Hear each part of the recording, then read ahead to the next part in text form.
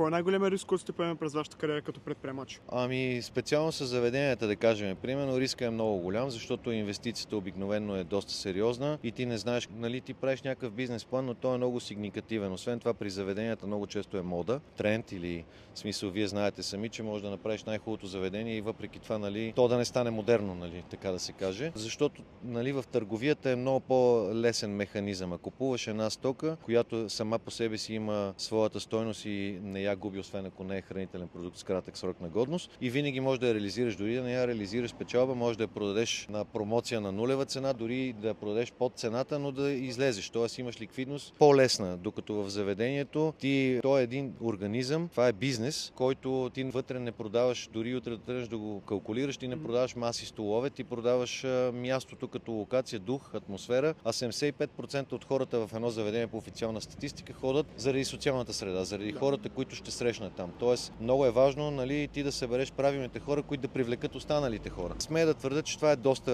рискован бизнес и хората, които не го познават, адмирации за всички, които го развиват и то успешно, и за тези, които имат желание да го правят, нали, много е важно. Аз се научих, пътувах като бях по-млад в Италия, работех с италианци и там много научих, защото личното отношение, това собственика да те посрещне, да запретне престилката, да ти изготви той, да ти каже довиждане, добър вечер. Това наистина е било водещо при мен в тези мои начинания и смятам, че хората оценяват тази гостоприемност и духа на мястото, което си направил, когато ти даваш част от себе си.